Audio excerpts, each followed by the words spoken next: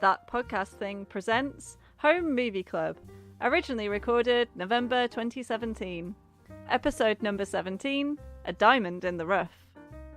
Hello and welcome to Home Movie Club, the podcast in which we take an irreverent and sometimes irrelevant look at the largest grossing movies of the last 80 odd years. In this episode, we will be looking at 1992's Aladdin, the Disney animated classic based on the old Arabian Nights tales. With me watching this animated delight was Joe Carter. Hello. Daisy Swaffer.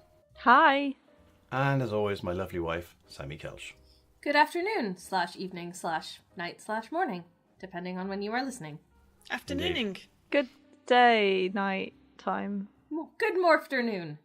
Can we take a moment before we delve into the film to just appreciate the timing that was actually unintentional of our podcast recording of the day after the 25th anniversary of the US release? Mm-hmm. Yep. That was very cool. So yes, we watched this on the 25th of November 2017. 25 years to the day exactly since it was released in America. Although, Daisy, you said it was actually released in England. Not until quite a way into 1993, so we got it a while later. I mean, that was before we had the internet and piracy, so I guess they weren't so bothered. Yeah, so although we didn't actually get it in other territories like the UK until 1993, this still was the largest grossing movie of 1992, so gives you an idea of how well it did. It gives you an idea of how little we contributed towards that in the UK. Yeah. That's also one way of looking at it, yes. So yes, Aladdin, 1992. Let's get some opening thoughts from everybody. Daisy? I haven't actually watched this many times, even though I have the DVD. But for me, it always feels weird because I used to watch the animated TV show long before I saw the actual film. So I knew Aladdin and Jasmine together very well, and Iago and Abu and the tiger and the genie, and they were one little happy group. And then I saw the film and went, "What do you mean Iago's a bad guy? What?" Oh my god, that's true. And it was so. And now because my experience of Aladdin for such a long time was the TV show before the film, it's always really odd and quite jarring anytime I do watch the film because of Iago's alignment in this. But wow, are the songs good in this film? Oh my god, yes. I don't actually remember ever seeing the TV program. I suspect it was possibly a little... I think it was on Sunday morning Disney Club or something. Yeah, which is not the sort of thing I would be watching. I mean, this was released in 92, 93, which is when I started my university degree. So yeah, that says something. Joe, opening thoughts. I have the music stuck in my head. I had the music stuck in my head the last time I watched this. I like the music. It's very jolly, and also it was so nice to hear Robin Williams. Oh yeah, wasn't it?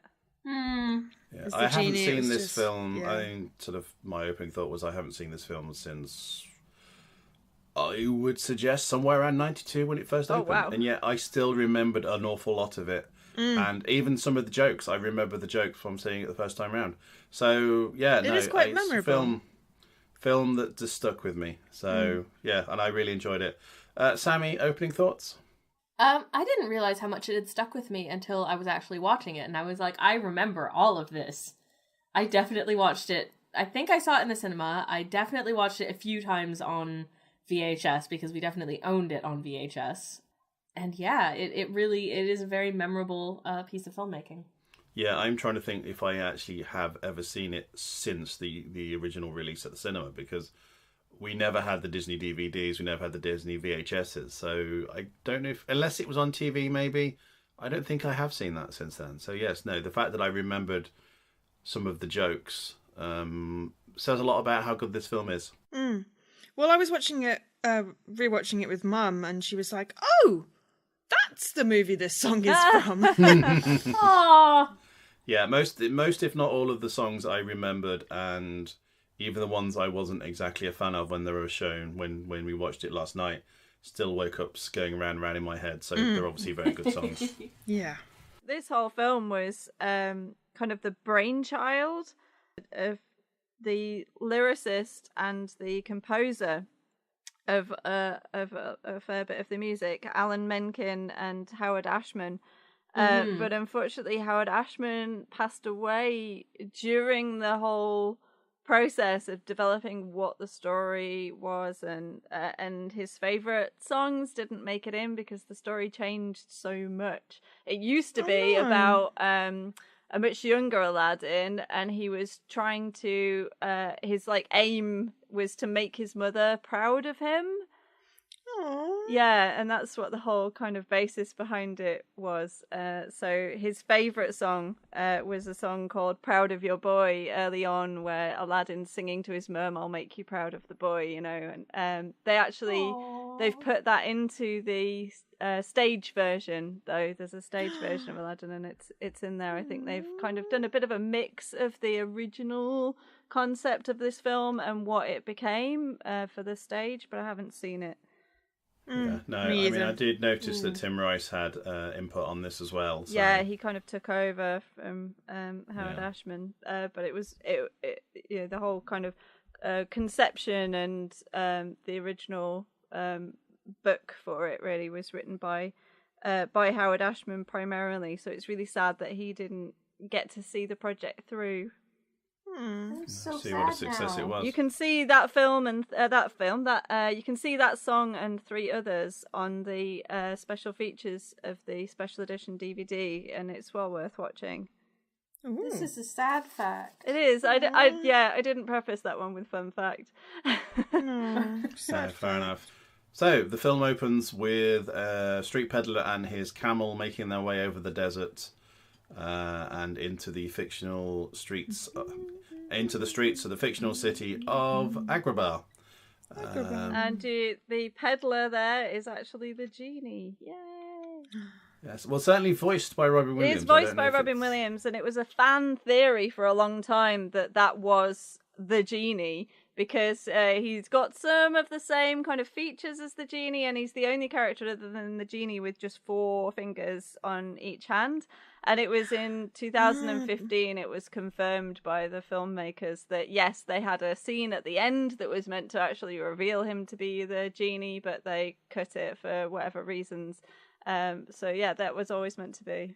Oh, because he had the lamp as well. I mean, I think that was probably the biggest Yeah. thing for me. It's also the only character, I think, other than the genie, that breaks the fourth wall. Because he's talking directly to the audience at the start. So yes, he's trying to sell them his wares, and pulled out this old oil lamp, and says, "Once changed the course of a young man's life. A young man who, like this lamp, was more than thee seemed, a diamond in the rough."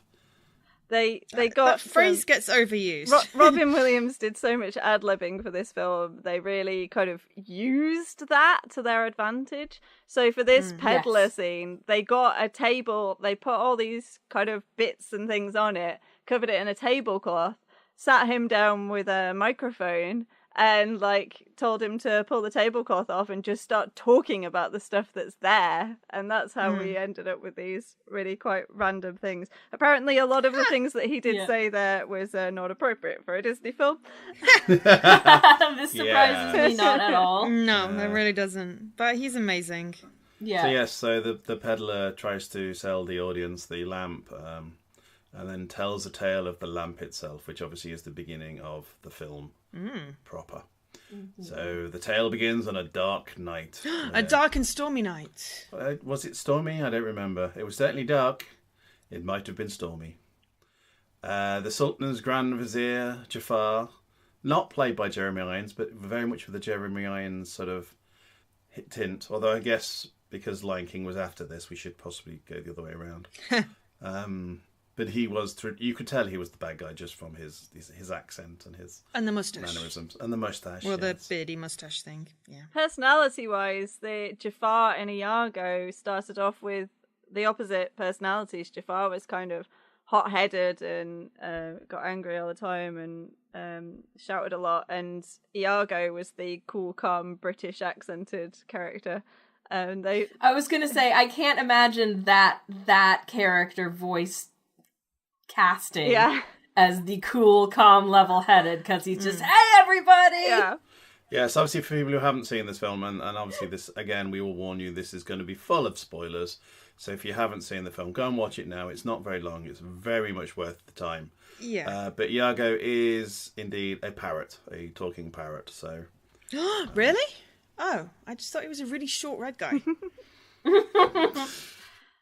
So they decided that Jafar didn't seem as scary when he was always losing his temper. So they switched the personalities of the two of them, and that's why we have Jafar so cool, calm, and British. I think that was a smart I decision. think so too. Yeah, me too. One He of is many more menacing when he's a bit more sort of calculating, you know? There was a lot of changes that they made to that. This film went through a hell of an evolution to get to where it is now, and I there's none of those decisions that I've heard about that have made me go, oh, I wish they'd not changed that. No, I think they really made the right call. It was a really well put together film. Yeah. Mm-hmm.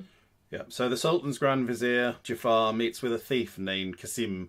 Qasim hands over half of a gold scarab beetle, of which Jafar already has the second half. Putting them together, the beetle magically comes to life and flies off, chased by Jafar and Qasim, before causing the... I guess it just basically flies into the sand, and a giant tiger's head rises from the sand in its place, and this is the entrance to the Cave of Wonders. Is it a tiger head? I thought it was a panther head. I was just literally going to say that. I thought it was a panther as well. I don't know. I just thought it was a big old kitty. A large feline head. Yes, a large feline head. I don't know if it was supposed to be a tiger or not. Certainly the synopsis and the bits I've been reading said tiger, but that might just be modern. Didn't have any stripes. Yeah, that's right. No, because it was made of sand. Yeah. So Well, exactly. But like the facial construction was different to how they did the tiger as well. okay. Yeah, well, but it the was tiger big was and it was also a cat-like. good kitty. Yeah. So, So Jafar sends Qasim into to enter the tiger / panther / cat cat's mouth, telling him to retrieve the lamp from inside. All of the other treasure is yours. I just want the lamp. However, upon approaching the tiger / panther's head, the head speaks, saying that only one may enter the caves, one whose worth lies far within, the diamond in the rough. So once again, we get that phrase. Remember that phrase. Yeah. It becomes very Spoiler important. alert, it's not that guy. So, upon Jafar's orders, Qasim still attempts to enter, but upon stepping onto the tiger's mouth, it bites down on the thief, closing off the entranceway, and I am assuming adding 1 to the death count. Yeah, so Brilliant. so far as I can tell, this is the only death in the film. Yes, I don't think there was Yeah, another I'm one. pretty sure this Yeah. is our sole body count. And we didn't see him die. He No. may have just been, It is generally an trapped in there. assumption, but we never see him again, and yeah. And we never see him run out when the thing opens up later on again. So. Yeah. I think he's dead. He probably fell into the lava.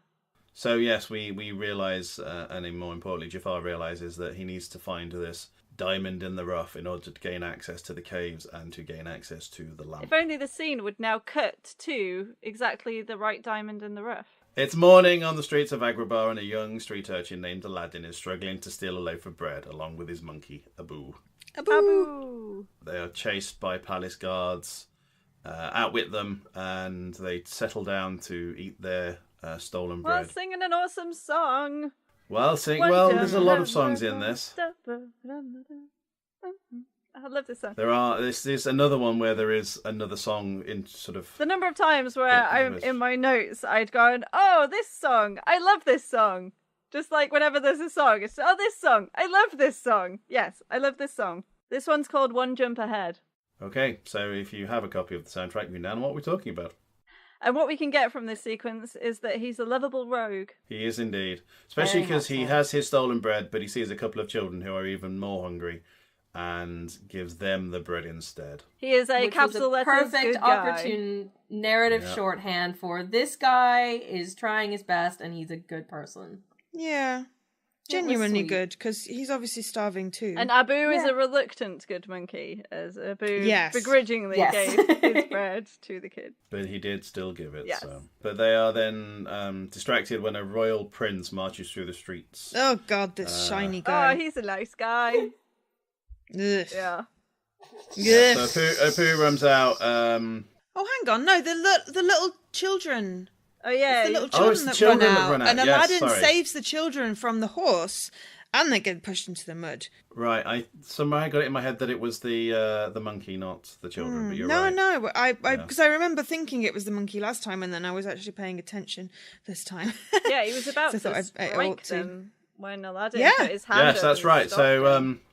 this prince is running along on his horse, and the kids run out into the street, and he is about to strike them with his whip when Aladdin steps in, but he's then brushed aside and pushed into the mud, and he's called a worthless street rat. Although a worthless street rat that seems to be Teflon coated because none of the mud sticks. A worthless street rat, and he'll never be anything more. No, he won't. He'll always be a street rat.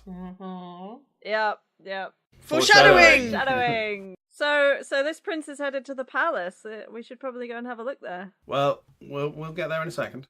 Aladdin and Abu retire to their house, which is, I don't know, it's kind of just like sort of an empty room on top of a building, isn't it? I think really? it's like a falling down building. It's decrepit. It's abandoned.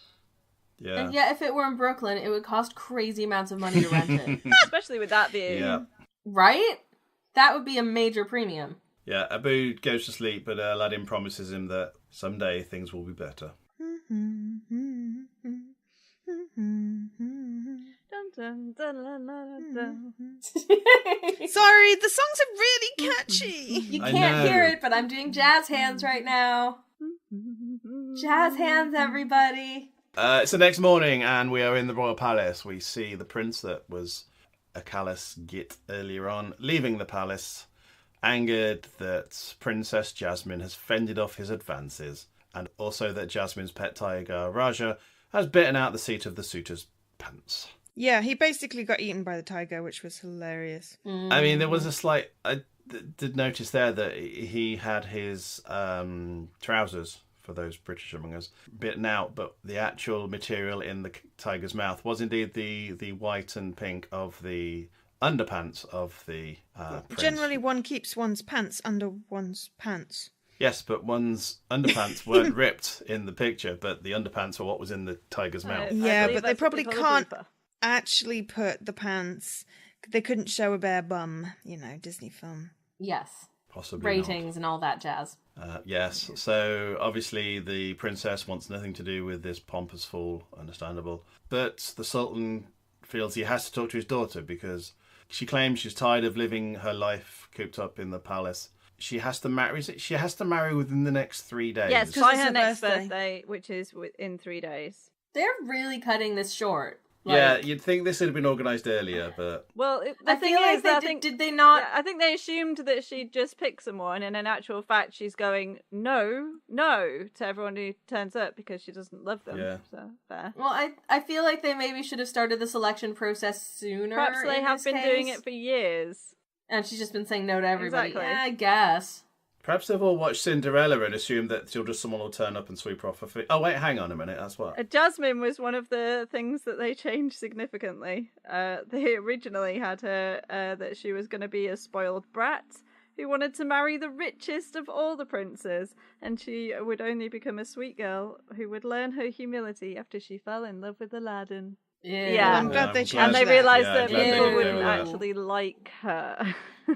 Yeah, No. no, she's likable here. I think she's sweet. They had a song for her written called "Call Me a Princess." Oh Yes. no, that's oh dear. Yeah, I think a lot of this does revolve around her being a likable character. Otherwise, you exactly. generally As probably. I say, the Yeah, you changes want they her made, not I to have agree to end up with. marrying somebody gross. So yes, so she has rejected another suitor.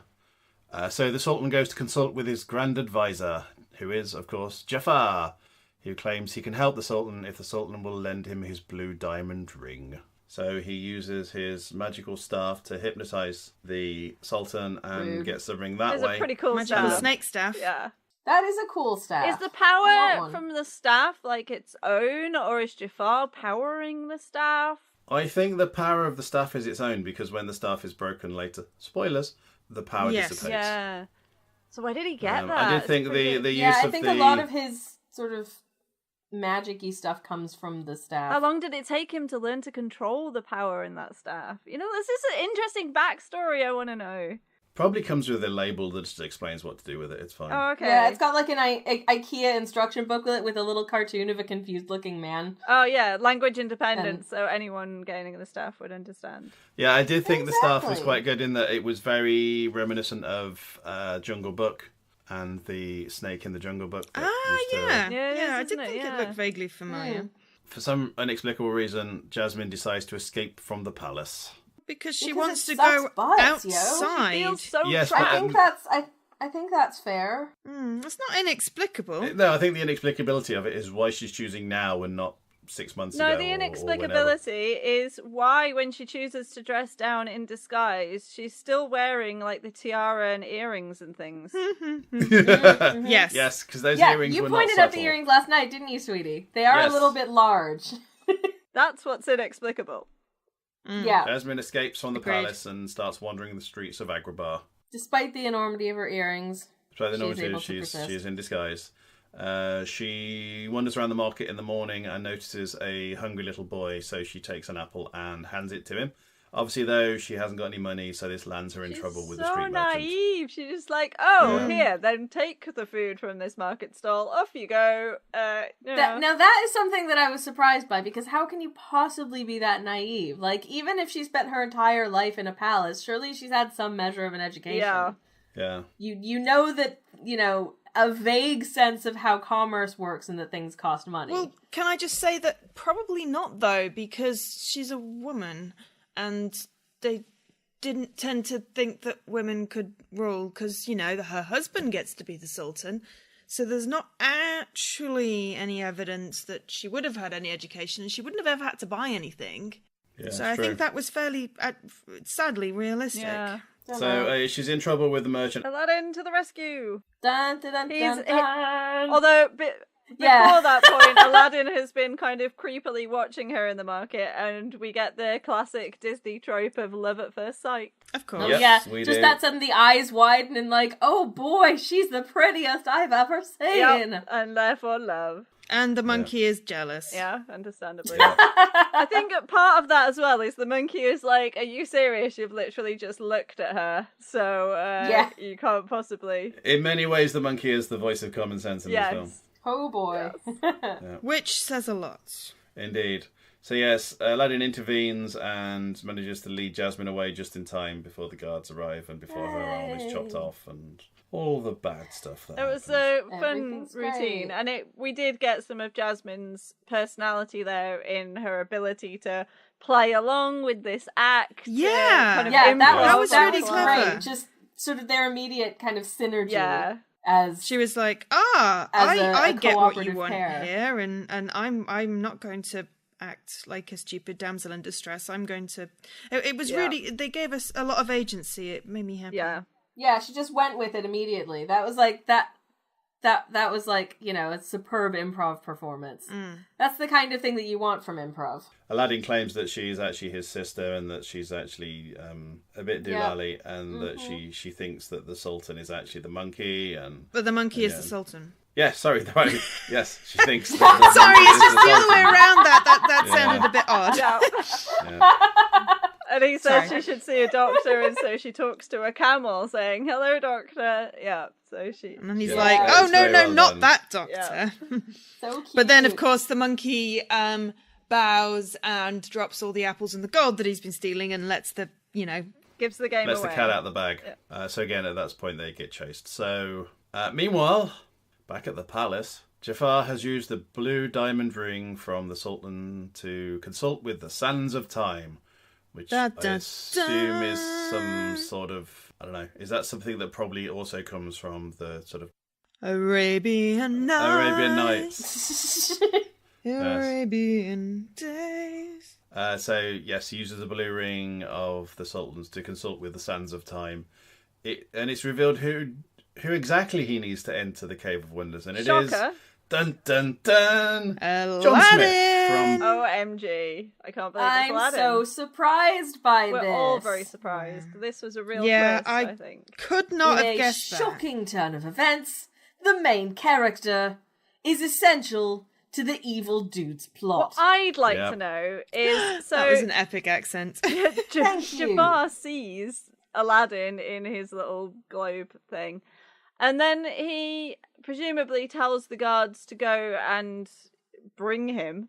But how does he convey to the guards what Aladdin looks like? Or what his name is or anything, because they don't know, get a do name, so it must be done purely on appearance. How does he manage to describe Aladdin well enough that they know exactly who to go Maybe for? it's the location rather than a description. Maybe it's a Disney animated film where we were asking too many questions. Maybe that what too, we but- didn't see afterwards was that it faded out the picture of Aladdin and then came up with the words, "He's called Aladdin. You'll find him in the marketplace." Well, no, because the monkey... No, not the monkey. The parrot falls over and disrupts the experiment. Yeah.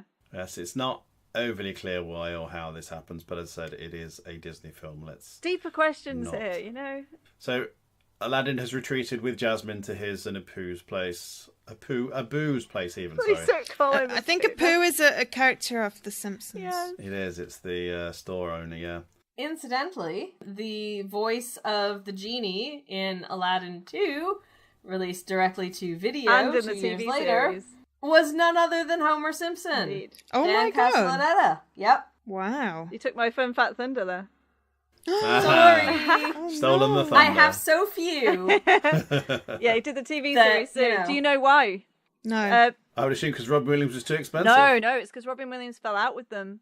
Robin Williams, Ooh. I mean, he was the first time they'd got like a big movie name. Normally it was just people you'd never heard of. He really wanted to do it, but what he didn't want to do was be merchandise. So he said that, yeah, great, he's totally on board with this as long as, you know, he's not like sold as toys, his voice isn't used on like, you know, little voice recorded toys, and he doesn't take up more than 25% of the poster and things like this. He had like this list of things that were like, I don't want to be like cheapened by this type of thing.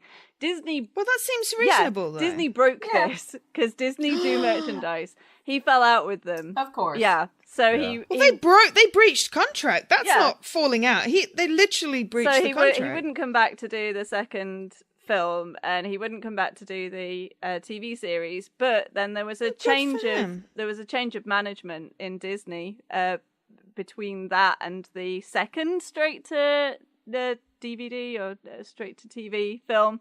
And there was a public apology and grovelling and some making up done, and so he came back and did the genie's voice for that one. So the second sequel, he is the genie's voice again.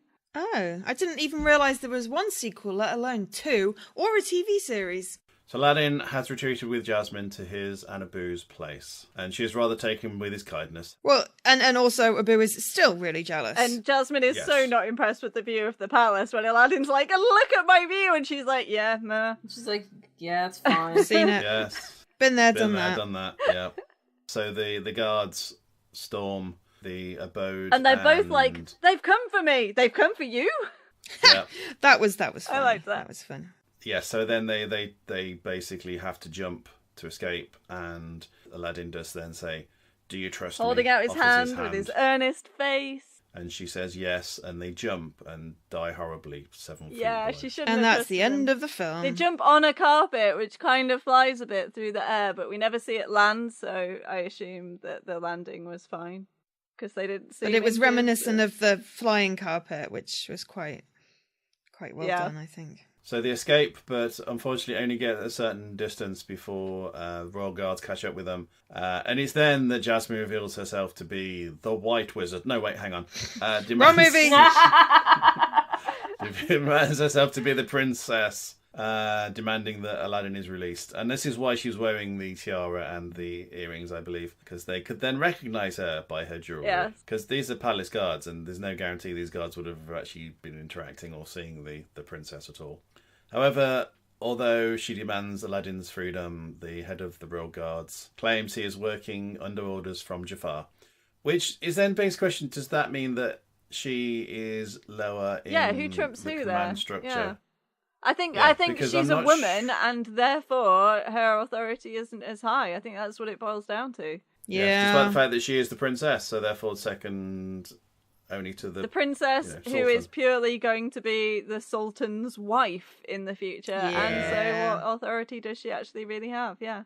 She has the ear of the sultan, I think is her the most authority she has. She has the ear of the sultan. So returning to the palace, Jasmine confronts Jafar, who claims that Aladdin was captured because he kidnapped her. Although when Jasmine claims this to be ridiculous, Jafar says oops. Oh dear. And tells her that Aladdin has already been executed, beheaded, sending her away in tears. Which is odd, because she has only met him for about 20 minutes. She feels responsible because she got him killed. I would be sad if somebody really that I, made friends with died because of me.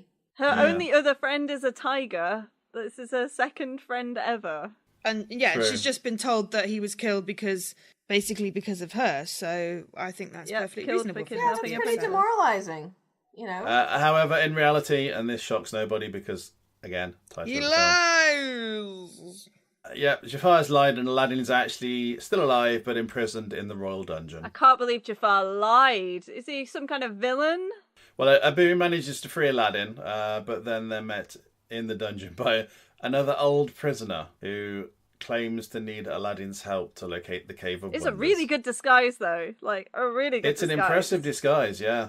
Because if Iago hadn't turned up and called him Jafar, I wouldn't have known that was Jafar. Yeah, I just suspect why they had Iago do Yes, that, 'cause it wasn't obvious exactly. Bearing in mind this is a kids' film and you do have to hammer some things home. But he'd obviously used some magic to get that disguise, because that is not just, hey, I'm good with a bit of makeup and here's my costume disguise. That's some next level disguising. He asks Aladdin's help for locating the Cave of Wonders, and so he manages to magically escape from the prison by touching his staff against some bricks that move out of the way. As if by magic. As if by magic, which again, not a feature you normally get in palace dungeons, to be honest. Oh look, here's this handy escape hidey hole thing how did this get here? But I'd rather them have that convenient, oh hey, here's some stairs out of here, rather than some kind of long protracted escape routine. Jafar clearly made the passageway so that they could have an escape route, but it was just like, oh, hello, look at this convenient escape route. I don't think Aladdin spent much time in the jails to have clocked, this doesn't seem quite right. No. Also, we're not looking at Aladdin the Great Escape, are we? No, we're not. No. A quick and efficient way of getting out into the outside worlds and to the Cave of Wonders is probably appreciated. Yeah, I'll be honest, I didn't think about it at all. So Aladdin is allowed actually to enter the Cave of Wonders because he is, as we know, the diamond in the rough. Yep, he's a nice but boy. he is told to touch nothing but the lamp. Aladdin and Abu venture deep into the caverns where they encounter a magic carpet. But they do touch the magic carpet, and that doesn't seem to Well, count. the magic carpet touches them, so I think I that's... don't think the magic carpet is one of I its don't think that relationship. counts if the carpet touches you as opposed to if you touch the carpet. You can't Just be as long as faulted we're if a carpet touches you but you didn't initiate Yeah, it. so if one of the gems fell down under its own gravity and touched you, would that count? I don't think it would. I think I if think you then if picked it it up... grazed your shoulder, I think that would be fine. If you then put it in your pocket Yeah, I think that's and tried to leave with it. I think intention means a lot in this Cave of Wonders. Can we take a moment to appreciate just Disney's incredibleness to be able to make a rug so expressive? Yes. How did they do that? It was so cute. How did they do that? This is something that I know. only Disney managed to do. It had so much personality. Great, absolutely great. I did also like, we looked at last night, the Aladdin 2 Return of Jafar. The quality of the animation was so... The rug in that version was basically just blue with a couple of yellow stripes on it. Oh dear. Whereas in this, it was very finely detailed. You can tell a real difference between the animation quality and the animation budget on the cinematic releases versus the subsequent direct to video sequels. Yeah. If you do a side-by-side comparison, it's really striking. So they find the lamp's location with the help of the carpet, and Aladdin is able to retrieve it, but Abu breaks the rule and swipes at a large ruby. Can I take a moment to talk about something in the film as a whole here? Of course. The production designer called Richard van der Wender. I'm probably butchering the pronunciation there. He actually came up with... I'm sure he's not listening. Oh, it's okay. fine. You might be. He came up with a color scheme for the film, and that's one of the demonstrations of that is right here in the movie, which is why I paused us here. He's got like 3 color codings. Blue as water is good, and you'll see here that the lamp's chamber is blue. Blue, good. That is good. You should be there. That is a good thing. Red, heat, and that's evil. You'll see Jafar is always in black and red, and the ruby that Abu is being tempted by right at this moment we've paused is bright red. And the third colour is yellow, representing sand, and is a neutral colour. So we've got good, evil, and neutral as our 3 kind of key colour codings throughout this film. Back to Abu being tempted by a ruby. Yep, so Abu swipes the ruby and the cave starts to collapse around them. No. Using the magic carpet, they manage to get They didn't back use to the the entrance. magic carpet. Carpet saved them. It Yes. did, yes. Yeah, true. Actually, the magic carpet was as much a part of this as anything else. And despite Carpet not being good. a part of this movie at all, I did wake up this morning with magic carpet ride stuck in my head. Slightly different, yeah. They get as far as the entrance of the cave. Aladdin is hanging from the collapsing stairs. At this point, Because, why of does course, Carpet not just Carol. bump them up and out the cave? Hasn't Carpet at this point been trapped underneath some Oh, rocks has he or got his something? corner Yeah, carpet is stuck. Yeah, Carpet Yeah. got trapped underneath a column that fell, I think. that's why. Does the carpet have an actual name? Carpet.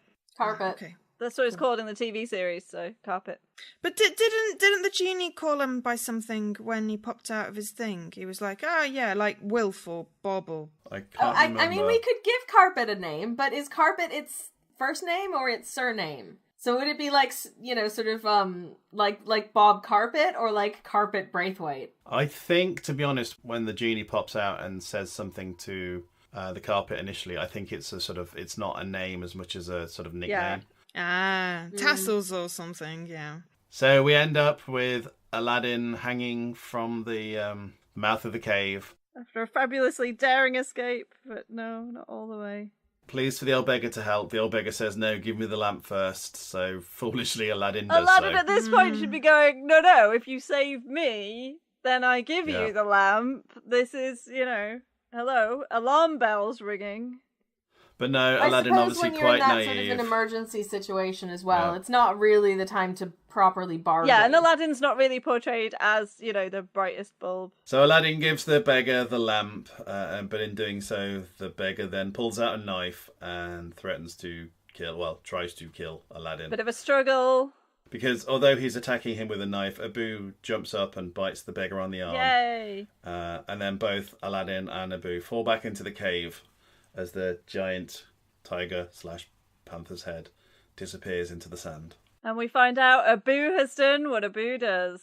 And it's at this point we find that the beggar is dun dun dun Jafar. Which we knew because Iago had already called him Jafar. Yeah. Yes, who laughing menacingly sort of reaches into his coat for the lamp, only to find that he's gone. Yay, Abu, ultimate thief.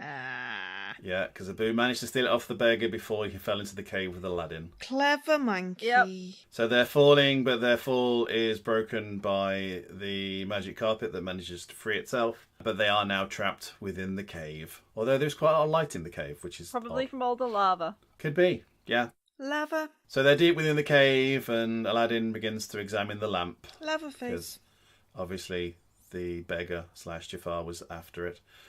He examines it and be finds a pretty worn groovy. inscription on the side of it. What is all the fuss about this lamp? Yeah. Can't read it, so he rubs the side of the lamp that then produces a large blue genie. Yay, blue is good. Yay. We have been colour coded. Blue is good. So the genie tells Aladdin that for rubbing the lamp, not a euphemism, he is entitled to 3 wishes. First of all, he sings an awesome song about how you've never had a friend like me. I thought he offered him 3 wishes and then sung the Oh, song. did he? Because the whole point is he's saying you can have these wishes and then says... What the wishes could be, because you've never had a friend like me. Exactly. But he does say there are 3 provisos, that he can't kill anybody. This is the genie, obviously. He can't make anyone fall in love with someone else. And he can't bring people back from the dead. Yes, because it's messy rather than it being actually like impossible. Yeah. Obviously, 3 wishes is fairly limiting.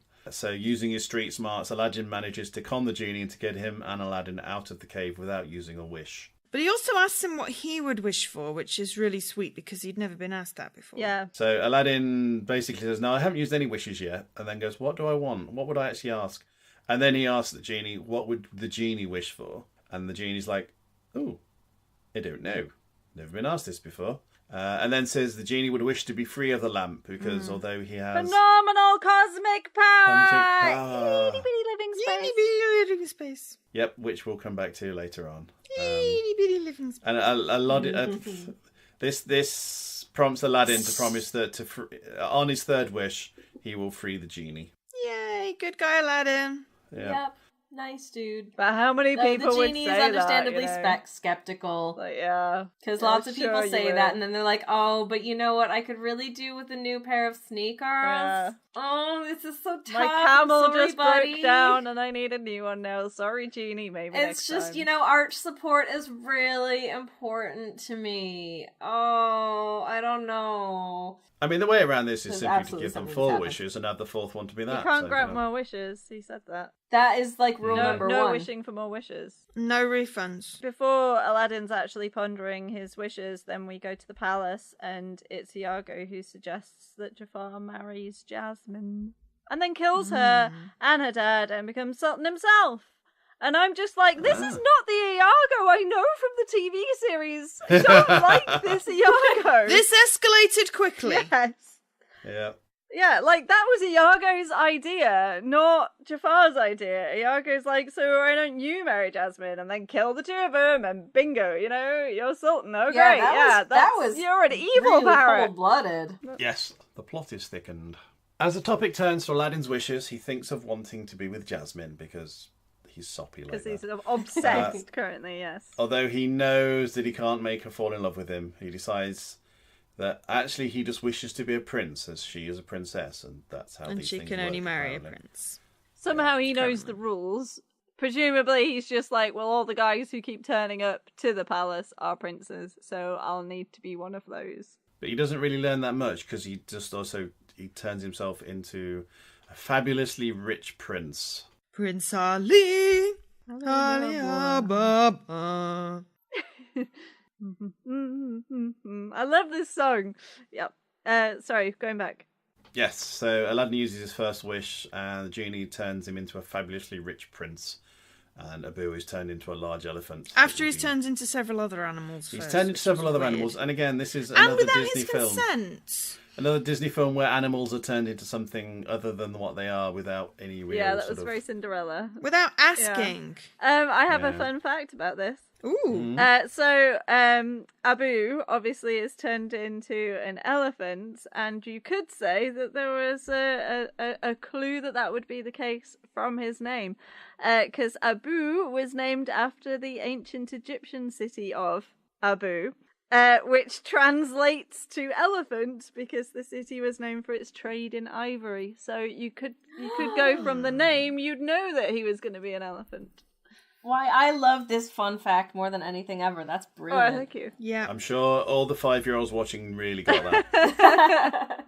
Don't be such a cynical person. Honestly, sweetheart, these layers are brilliant because then you learn stuff later on Exactly. and it's educational and it's Yes. cool. I like when they put that much effort into the, Yeah, sort they're of not just arbitrary the names. They've detail that actually goes thought into about these them. things. Because Yeah, exactly. Disney movies have layers. They're like onions. Or possibly parfait. So, meanwhile, back in Agrabah, Jafar is still upset that he didn't get the lamp. Oh, he has a temper tantrum. He does, but as we said, Poor Jafar. Iago comes up with the idea of if he comes Sultan by marrying the princess. However, to do this, Jafar has to attempt to convince the Sultan that there is a clause in the royal rules that if Jasmine has not been suitably wed by a certain time, i.e. her birthday, then Jafar can marry her. I mean, this sort of thing you'd think he would know about Well, beforehand. he's like, well, the king can choose for her, and if no suitable match is found, then she must marry... Oh, what does this say? Let me just peer at this. The royal vizier. Why? Oh That's gosh, me. that's me. isn't Yeah. it? Oh no. Yes, it's so wonderfully done. It's an excellent scene. But yeah, he's just making Very this stuff up. excellent pantomimetic acting going on there. Sultan kind of agrees with this after a little bit of Does he get hypnotized hypnotism with again. the He staff does again? indeed, Yeah. the staff again. However, all the plans are put on hold when a large and noisy royal procession enters the kingdom. With a great song! Proclaiming the arrival of Prince Ali Ababwa, i.e. Aladdin, with his new fancy getup. Definitely looks nothing like he Procession did is before, except in huge a with- nicer outfit. Riches, exotic animals, hundreds of servants, and Aladdin himself riding on the back of the elephant, and a catchy song. And actually, this is one of the songs I didn't like that much when I was listening to it last night. And yet, it was the one song that I woke up humming. It's So- a good song! I love Yeah. this song! I don't know, I think it was just a bit... I don't know, pass. I just didn't It's a didn't big get me. musical number. Yeah, it didn't strike me when we were watching it last night, but yes, as I said, it was the one I woke up to humming, so... yeah. There you go. So Aladdin's entourage bounds into the palace. Jafar tries to stop them from coming in, but they have an elephant, Yeah, which yeah. is Yeah. like a Hulk. You can't really stop it. An elephant that somehow gets through that door. Yeah, without squashing everybody behind Yeah. them. It's a magic elephant. Yeah. Abu just shrinks to the size of the door, squeezes through, returns to elephant size again. It's magic, so... So obviously this grandeur and splendour impresses a sultan, but Jafar, oddly enough, appears suspicious and cold towards the new suitor. I can't think why. We get to know a bit of the king's personality here as he gets all excited about saying all this stuff, which at first you think is just because, oh, well, it's just another suitor and he's happy that there's another possibility for Jasmine to say yes to someone. But then when he goes and has a go on carpet and flies around the room and he's just like, he's such a, he's got such a sense of fun and there's a kind of youthful energy to him. And it's really nice to see that side of him that's not being controlled by Jafar. So Aladdin is taken to see Jasmine, who is, unsurprisingly, completely unimpressed by the show and rebuffs Aladdin's charms because I think it's fairly safe to say that what she is looking for isn't a prince like that. However, Aladdin removes his hat to shoo away Raja the tiger, and when he does that, Jasmine is reminded of the street urchin because, well, he looks exactly the same. I have a fun fact about that hat. You know how that feather keeps on falling down into his face in a really annoying way? It does that whenever he's told a lie. Is it like Pinocchio's nose? It is, yeah. Wow. Yeah, like the telltale feather. I thought it was really clever. Mm. Fun fact. Fact fans. That's a good fact. Thank you. Aladdin lies again, tries to gain Jasmine's interest by telling her how rich and powerful he is, but she really doesn't care. Yeah. Aladdin decides to leave Jasmine by stepping off the balcony and dropping down. That was so extra. I love that bit.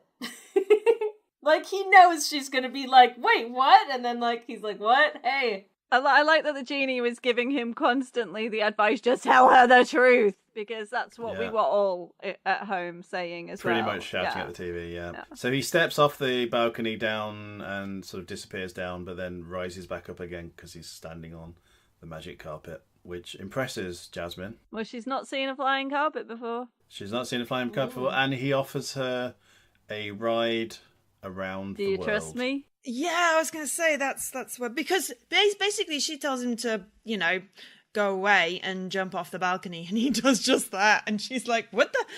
Oh. And then he just pops up on the flying carpet. It's just like that. I thought that was hilarious. Yeah, and I said he offers her a ride. She already suspected that he was the street rat from when he took his hat off, and then when he does the "Do you trust me?" she's like, you are. You totally are. All right then, I'll get on your weird flying carpet with you. We'll sing a song together." So they go for a ride around the world, visit lots of different places that are very far apart, and there's no way they could have got there in a night. They go over Greece and Egypt and China even. It's very, very big. A fun fact about, actually, when they're flying over Greece in particular. Several times during this movie, you may notice Aladdin throws an apple to Jasmine, and in ancient Greece, throwing an apple to a woman is considered a marriage proposal. Aww. Didn't he also throw an apple to a monkey? Yeah. But then he didn't fly over Greece with that monkey, Well, he so loves that you know. monkey very much. That's why the monkey's jealous, because he thought he was in. Fair. Yep. He's like, wait a second, in Greece, but why are you throwing in that girl? I thought you liked me. And then he probably wrote sad poetry in his diary. So by the end of the carpet ride, he's obviously won her over, and this is indicated to us by actual, literal fireworks. Yeah. No mess around here, actual fireworks. Actual fireworks in China. Yes. So. Returning Jasmine to the palace, Aladdin is then roughly seized by palace guards, who tie him up and dump him in the nearby Not lake. again. Always getting captured by palace guards. Yeah, with a sort of metal ball and chain to his Oh, thing. but Jasmine's quite clever before that, because she obviously has worked out that Aladdin is Aladdin, but he's still trying to pretend he's a prince, but she tricks him by mentioning Abu. She didn't know Aladdin's name, but he did mention Abu's name when they were together. So yeah, I thought that was quite nice to show her being, smart there. Mm-hmm. Yeah. So we have a situation where Aladdin is tied up and dumped in the lake with a pair of concrete overshoes. He sinks to the bottom, and his hat drops out, and his hat was apparently where the lamp was hiding. I'm sure that wasn't uncomfortable. And his hat gently rubs the lamp. Sorry, that was a weirdly weird sentence. It was, yes. Yeah. But I like it. I'm going to go with it. The lamp slides down on the bottom of the ocean floor, wherever, river floor, whatever. Oh, so the ocean floor gently rubs the lamp. and Either which way, the genie pops out. No, it doesn't. It slides down and it lands on Aladdin's hand where they're chained above his head. So right. it gently, slightly nudges Aladdin's hand, and that's enough for a rubbing, so to speak. Cool, yeah. No comment. So yes, the genie re-arrives and coaxes Aladdin, who is now, underwater and breathing Basically water. dead. He's unconscious, pretty much almost dead, yeah. Sort of coaxes Aladdin into using his second wish to save the boy's But he life. doesn't really coax Aladdin into doing that. He just takes it as read. Yeah, he sort of convinces himself that, oh yeah, no, I heard you there. Yeah, of course. Yeah, no, save your life. Yeah, I can do that. Yeah. Because otherwise, basically, it's sort of initiative, really, because otherwise Aladdin is not going to get his wish number 2 if he's dead, is he? Yeah. No. Yeah, so, and but on the other hand, does that mean that actually he hasn't used his second wish? I was really? wondering that. Well, either which way, he wouldn't even be able to do his third wish, which the genie kind of hopes that he would be freed with. But I'm fairly certain it was less of a selfish thing, more of a, I actually like this guy, don't want him to die. Yeah. Can I twist the rules a little bit and, get him saved? And, oh, look, yep, I heard you say that. That's brilliant, wonderful, yep. I can save you. So back at the palace, we have Jafar announcing to the princess that Prince Ali has left and that actually he is going to marry her, which she's not exactly impressed by. And then Aladdin pops his head in and goes, not so fast. Yeah, no, not as dead as you think I am. And sees that Jafar's using his cobra-headed staff to once again hypnotise the Sultan. And knocks it out of his hand and smashes it on the floor. Demanding that he orders the daughter, so the princess, to marry the vizier. Vizier. Vizier. Every time you say that, I hear brazier, and, I'm sorry. I can't. Why would you want to marry a treacherous brazier? The grand brazier. The grand brazier. Because he's a giant boob.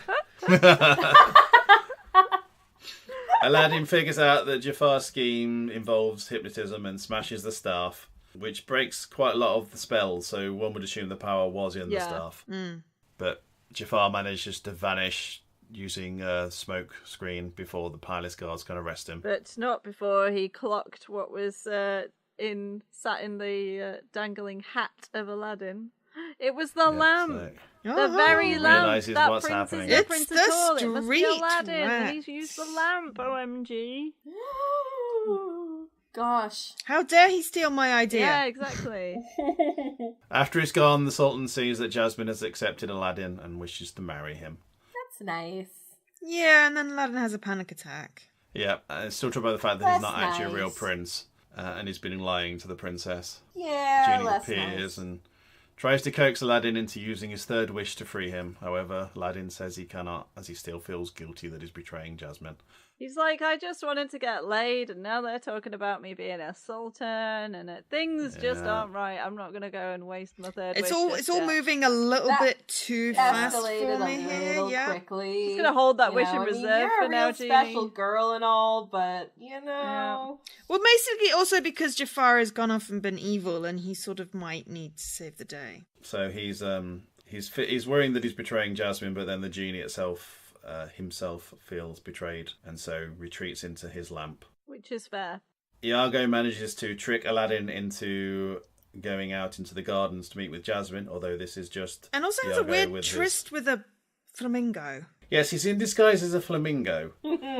Flamingos never say die, and he's kind of got a weird beak thing and stilts for legs. it's a good look. I was very confused by why he was being a flamingo and not. I think he was just a flamingo because that's were the birds that were in the garden, and he was just literally disguising himself as another of the flamingos. So he manages to coax and lure Aladdin out into the gardens, flies in and grabs the lamp, and then has a few moments of gloating to himself, showing his wonderful ability to do accents and impressions. And then he basically says to Jafar, "Aha, you mean this lamp?" So he returns the lamp to Jafar, and Jafar then summons the genie. This isn't going to go well, is it? I mean, at this point, you're going, oh no. And Genie's like, so you've changed your mind, have you? Oh, hang on, no, you're not Aladdin. Tonight, the part of Aladdin will be played by a shifty guy in a weird moustache. Yes. Yeah. But Genie's forced to do Jafar's bidding because that's how it works. He appears in a gigantic form, grabs the palace. Because wish number 1 is to become Sultan. And Genie, at this point, is terrifying. And notably, the colour coding of the scene has changed to a red colour. Very angry red. Well, I thought his first wish was to become a sorcerer. No, that's wish number 2. Wish 1, become Sultan. Wish 2, become the most powerful sorcerer in the world. Yeah, because the Sultan thing didn't work. I mean, because also he forces the genie to take the palace and move it on top of a mountain to make it more That's imposing. part of become Sultan. Okay, so that's kind of like 2 parts of a wish. Yeah, I didn't understand that part, to be perfectly honest. I got a little bit confused as to why the palace was moving. Well, do you remember when Aladdin wished to become a prince? And the genie didn't just go, okay, here's a new outfit and your monkey's an elephant. He went to town with that. He had this whole massive parade and all these different things that were there, singing and dancing and everything. That's just how his wishes work. He goes to town with the wish. It's what happens if you have a genie that's Robin Williams.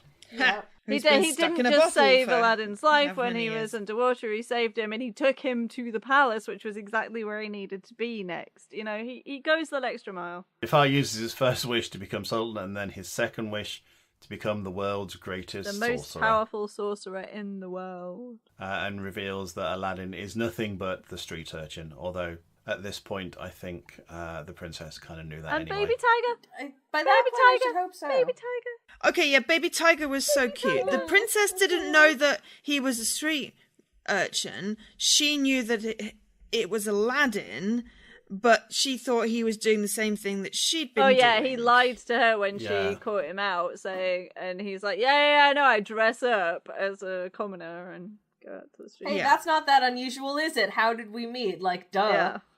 But that does beg the question, why does she still trust him if he's been lying to her the entire time? It's a very good question. A very good question. Because Disney. Because Disney. He's cute. There's a Wilhelm scream at this point as well. Really? Yes. I missed that. When the villagers are screaming in terror, as the genie lifts the palace into the air. Yep, one of those screams of terror by the villagers is a Wilhelm scream. Oh, nice spot. I missed that. So he becomes a sorcerer and launches Aladdin out of the palace it's described as a makeshift rocket, but it's really just a minaret that he hits with a golf club, which is before the golf's been invented. He invented golf and made that club. He invents golf and then fires this tower into the air, which lands in a sort of wintry mountain region. Where is this? Like, how far has this tower been sent to land in this snowy, blizzardy mountainside? What? Seriously. Well, it's a good question, but it doesn't really matter, does it? Because they've already shown that the carpet can travel across the entire globe in the space of a night. Yeah. So. Yeah. Well, in the space of a song, to be more accurate. Yeah. Were they gone for more than 3.5 minutes? I don't know. So he's now this sorcerer, and he imprisons the Sultan and the princess until she agrees to marry him. Which is odd, because I don't quite see why she needs to be married to him now, because he's already Sultan. Yeah, but at this point, he just wants everything.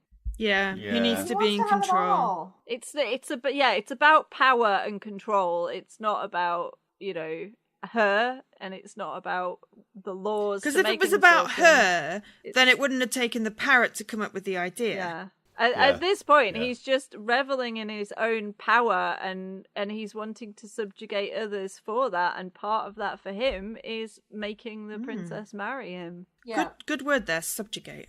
Thank you. Indeed. Your word of the day. Trapped in the mountains, Aladdin finds the magic carpet, but it's pinned underneath the fallen tower. He starts digging it out, but in doing so, disrupts the tower that starts rolling down. Oh no, he's going to get squished by a giant tower! Ah! Yeah, but no, he manages to position himself exactly at the point where the window in the tower rolls over him. So window. That was very absolutely clever. fine. He frees the carpet, and they all jump on the carpet and head back towards Palace. Woo! Which is nice. Yay! 6 months later, they finally arrive. No. Just noticed something in my notes from before this when we're seeing Jafar at the palace. Jafar seems to have his staff back. So did he? Does he? Yeah. Did he use his sorcerer powers in order to remake the staff? Because it was a nice accessory. I imagine I so, assume yes. so, yeah. I mean, that would make sense, because I can't see any other reason why it would be back. So Yeah. I think he's just like, this was my look, and so fixed his staff with his sorcerer powers. Yeah, or maybe he got the staff back when he got made a sorcerer by the genie, because that's what sorcerers have. They have a big staff. I don't know. I hadn't actually noticed that. Yeah, well, I did notice it because I put it in my notes. Well, you did, because you are And observant. That's someone is paying attention. I was paying because I attention, was not. yay! So, Aladdin is flying back on carpet. Boom, he's there because carpet travels faster than the speed of sound.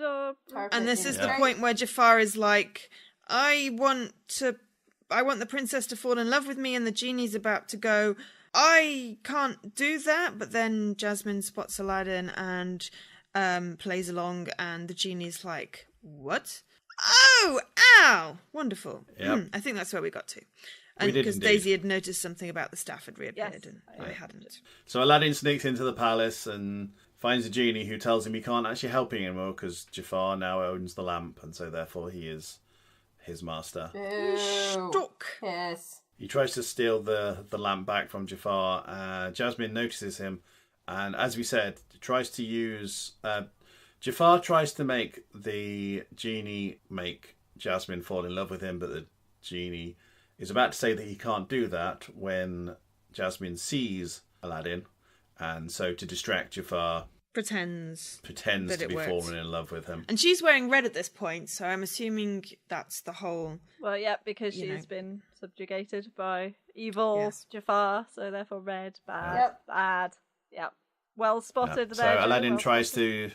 to sneak and steal back the lamp, But fails miserably because of Failed shiny miserably. reflections. yeah, but Jafar sees the reflection of Aladdin in the Curse tiara. that tiara. Yeah. It was such a good plan as Yeah, it well. was. Yeah.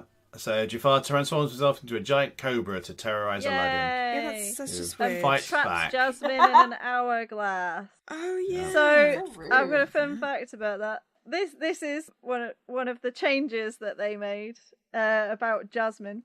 She was originally meant to actually have a bit more, agency. So at one point she was meant to angrily confront the Sultan way back in the story and declare that they have to have a talk and away from Jafar, but that would have meant that they animated a whole new room and they didn't want to do that, so they showed Jasmine crying instead. And At this point, when Jasmine's trapped in the hourglass, she wasn't supposed to just wait in there going, "Oh no," as she does here, but she was actually supposed to use the tiara. That accursed tiara was meant to be useful. She was meant to get a jewel from it and cut herself free from the hourglass. Ooh. That would have been so much fun. Yeah, and it was changed to a last-minute rescue by Aladdin. So Stupid men. Yeah. Sorry, Dave. So You're not That's included alright. in Of that. all the changes, that's like the only one that I wish that they hadn't made. So yes, while trapped in the snake's coils, or the Jafar snake coils, Aladdin has an epiphany and talks Jafar into using his third wish.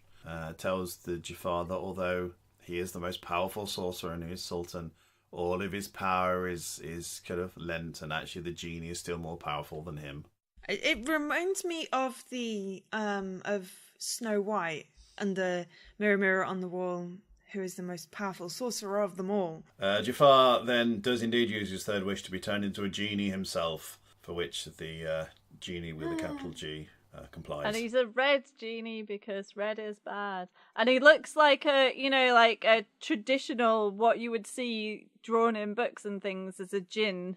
That's what they animated him to look like, and I thought that was quite a nice touch. But Yeah, as it's very Jafar effective. revels in the power he suddenly gained, Aladdin reminds him that being a genie also means becoming a servant to whoever holds the lamp. Yes, Yep. it's like ultimate power, Power. teeny tiny Yeah. living space. But he gets sucked into the lamp, but he grabs hold of Iago and sucks Iago in there with him, which, I'm like, so how does he get out and be part of the TV series? Poor I suppose evil he has to squeeze parrot. himself out because technically he's not confined to a. No, he's I not. did think that was, eternity of I know servitude. Jafar is evil and all, but I did think that was particularly mean to be like, my parrot one is also evil. companion, the one person who's been on my side all along, I'm just going to drag him into my prison with me. Well, maybe he just doesn't want to be alone. And the parrot is evil. Yeah. Yeah, the parrot was not He's not nice in the in this TV movie. show. He is a baddie. I know. I'll be honest with you. I don't really remember the TV show at all. I think I may have seen bits. Iago's of just it, in the but- gang with all the rest of them. He's Iago and Abu are the two little animal companions. I can't get the two the same world in my head. It's just wrong. Because the TV series was first for me. It's just wrong. Yeah, I get it. Jafar is sucked into the lamp, which Genie then takes and hurls out into the desert, where it lands in the Cave of Wonders. Let's see how you like spending 3,000 years in a cave. So what happens to the other lamp that our friend Genie is a member of? Well, Genie then tells Aladdin that if he wants to be a prince again, he can use his third wish. Yay! However, Aladdin, being the good salt that he is, actually wishes the Genie to be free. Okay, one prince coming up. Wait, huh? What? The expression on his face, it was so It was. It was so sweet. He's just so happy to be free. And then, So the lamp becomes inactive and the Genie's shackles fall off his wrists. and then the Sultan, finally, after all this time, how many years of trying to marry off his daughter, of having Jafar quoting made-up rules from the laws, suddenly goes, "Oh, I'll just change the law so that you can marry Aladdin when he's not a prince. It's problem solved." What? Yeah, I think a lot of What? that was probably down What? to being controlled by Jafar and his hypnotism. No, I think why that would was just Jafar being, want- No. oblivious dude. Yeah. So yes, the Genie's free. He's no longer a servant, so plans to travel the world. And he's got his little Disney branded goofy hat on. Oh yes, the goofy Yes. hat, which I am 100% sure you can buy in sort of the gift shop at Disney parks. Yep. You can. Oh yes. So yes, the Sultan sort of agrees to let Aladdin marry his daughter because although he's not a prince, blatantly they love each other. And that's the most important thing. How about because she chooses him rather than let? He is the Sultan, that's his job. Abu is returned to his monkey form, and the Genie leaves after an emotional goodbye. And they all live happily ever after, having a couple of sequel films and an awesome TV series. Yep. Yep. It was Aladdin and the nice. princess are married, and Aladdin becomes heir to the kingdom, and they fly away on Aladdin's carpet. Yay. Although, I don't know, I'm fairly sure that that's not Aladdin's carpet. The carpet is its own Yeah, carpet. a carpet Yes. just likes hanging out it's with a them. sentient carpet. It Carpet belongs does to whatever it nobody. wants. It's like a cat. Yes. The carpet Yeah. is like a cat. Yes, I like that. It actually, in very much ways, other than flying, because obviously cats don't fly. But they do. At least land not on when their you're looking. Yes. They do if they are startled by like a cucumber on the floor. So they fly away on the carpet towards the moon, which turns into the laughing genie's face. The moon. And suddenly the film, in inverted commas, because obviously we weren't watching this on celluloid, is lifted up by the genie who says, "Major luck." And that, ladies and gentlemen, is the end of the film. Yay! Not yay, it's over, but yay, it was a good movie. With the exception of some more catchy songs Yes. at the end. I have some other fun facts if you're interested. Oh, yes, go on. Yeah. Yes. Didn't make it into during the telling. So Robin Williams's casting itself was quite interesting. They had him in mind, not from the start, but like whilst they were doing the project, they started thinking Robin Williams would be amazing as the genie, but like they hadn't done this with big movie stars before, and they weren't sure how Robin was going to feel when they approached him about this. So what they did was they took a few minutes of one of Robin Williams' stand-up routines and animated it with the genie doing the routine. Seeing Oh a my God, documentary yes, on this. Yes, I remember Yeah, this. they showed it to Robin Williams, and he was like, "Yes, yes, I will do this project. Yes." I would have probably done it anyway, but that's super cool. Yeah. I mean, what a way to... That's really going the extra mile to recruit the person you want, That is a isn't it? great pitch. Like, yeah. It really Yeah, is. it's a good way to Yeah. court him. This film was the 14th film and the first one that was an animated film to gross more than $200 million. So quite a big boon for Disney there. Obviously broke records. This was the very first movie to receive an Icelandic dubbing. Ooh. Oh, yeah. Wow. Fun fact. Wow.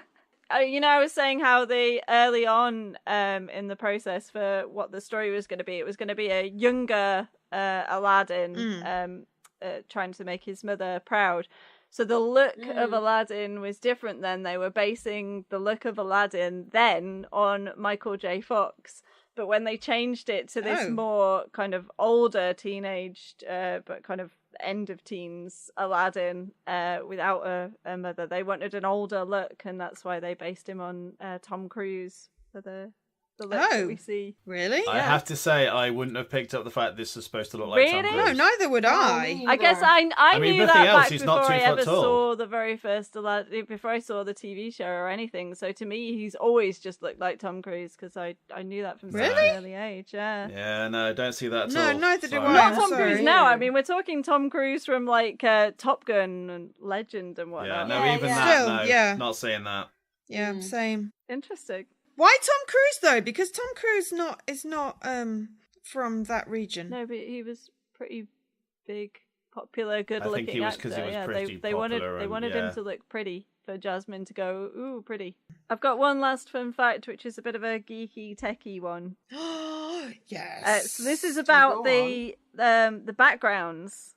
I mean, Disney, with them being like the biggest animation house, have driven forwards advances in technique with their animated films over the years, and Aladdin took one of those technical innovative steps, and so this was, in fact, it was the second one to use it though, but it furthered it. The 3D textured CGI moving backgrounds. So you've got 2D hand animated characters against 3D textured CGI moving backgrounds. And it was because of advances from Beauty and the Beast and Aladdin using this that they were eventually able to do the what they did with Tarzan with all that jungle, yet it was still these 2D characters moving through it. I have to say, though, that the 3D animated stuff did stand out a bit for me. It did look a little bit out of It place. looked a little bit 1992. Yeah, I mean, it was But- it was But- early on in the development of the it was technique, 1992. Yeah. Exactly. Yeah. And you know, I didn't for that I noticed it, but I thought it was fine. Yeah. I think it's really interesting seeing these developments. I think it's really interesting too. Yeah.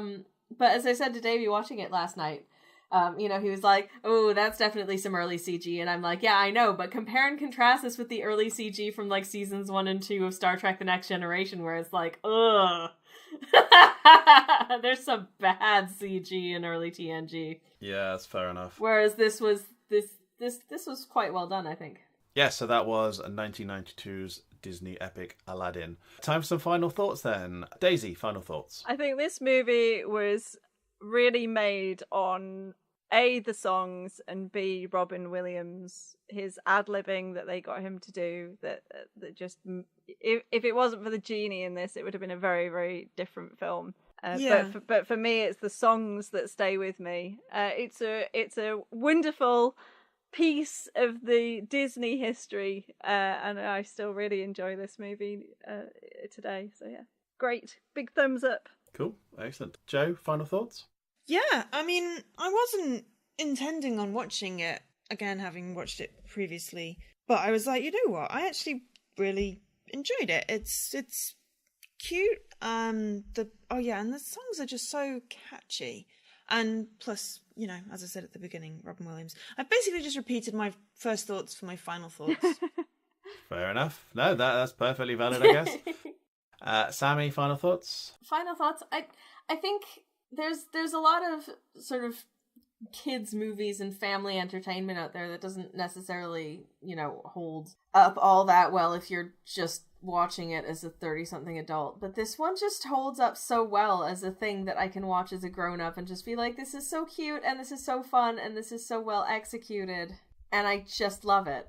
I just really enjoyed getting to watch it again. No, absolutely. As I said, I honestly can't think if I've seen this film since we watched it at the cinema. I thoroughly enjoyed it.